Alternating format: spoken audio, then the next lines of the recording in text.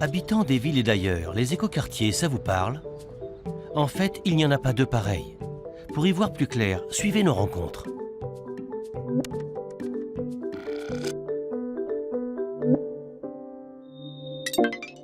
Pour parler des grands écoquartiers, je reçois aujourd'hui Eichenot de Gland en Suisse, Scharnhauser Park d'Osfildern en Allemagne et les docks de Saint-Ouen en France. Bienvenue. Bonjour, Ecotopie. Les écoquartiers servent à réunir le plus de monde et d'activités possibles dans un moindre espace.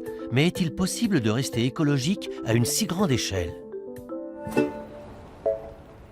À croire que oui, Ecotopie. Notre écoquartier de 100 hectares hébergera à terme 13 000 habitants, des bureaux, des écoles et un immense parc.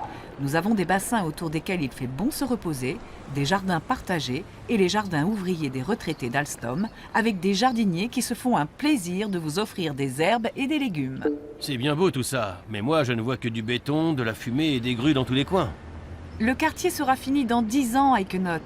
Saint-Ouen est une ville ouvrière. Au DOC, nous avons réussi le tour de force de sauvegarder des emplois, des usines, mais aussi la mémoire industrielle.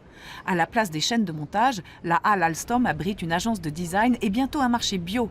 Les ouvriers ont cédé la place aux employés du siège. Rassembler familles, employés et ouvriers autour d'un parc, c'est aussi ça l'écologie. Et vous, Eichenot? Notre jeune écoquartier a été le premier construit sur l'arc du Léman. Eichenot veut dire gland en norvégien, en hommage aux écoquartiers scandinaves. Les résidents n'avaient pas forcément de conscience environnementale en arrivant ici, mais ils l'acquièrent petit à petit car tout est prévu pour faciliter les gestes éco-responsables. Nos 1200 habitants vivent dans un ensemble cohérent et à taille humaine, avec tous les services et transports publics à proximité. Seulement 1200 habitants? C'est pas un peu élitiste comme démarche? 10% de la population de la ville de Gland, ce n'est pas rien. Ce qui nous intéresse, c'est de faire en sorte que les différentes générations se rencontrent et que les habitants deviennent les acteurs de leur quartier. À la tête de notre service center, nous avons un facilitateur qui centralise les contacts entre les résidents.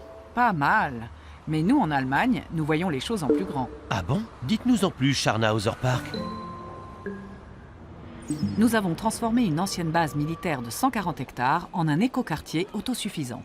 Nos 2500 employés et 10 000 habitants peuvent vivre, travailler, faire leurs emplettes et s'amuser sans aller jusqu'à Stuttgart, qui est à 13 km. Intéressant. Mais qu'est-ce qu'il y a de plus écologique que chez nous? Nous réduisons sans cesse notre impact sur l'environnement. Le tiers du site a été rendu à la nature en jardin et en espace de jeu pour les enfants. Nous n'avons renié aucun espace vierge ou agricole. Le chauffage provient d'une centrale aux copeaux de bois de la région. Nous avons réutilisé les déchets de la déconstruction, recyclé les casernes en habitation et nous collectons les eaux de pluie par des bassins de rétention et des escaliers paysagers.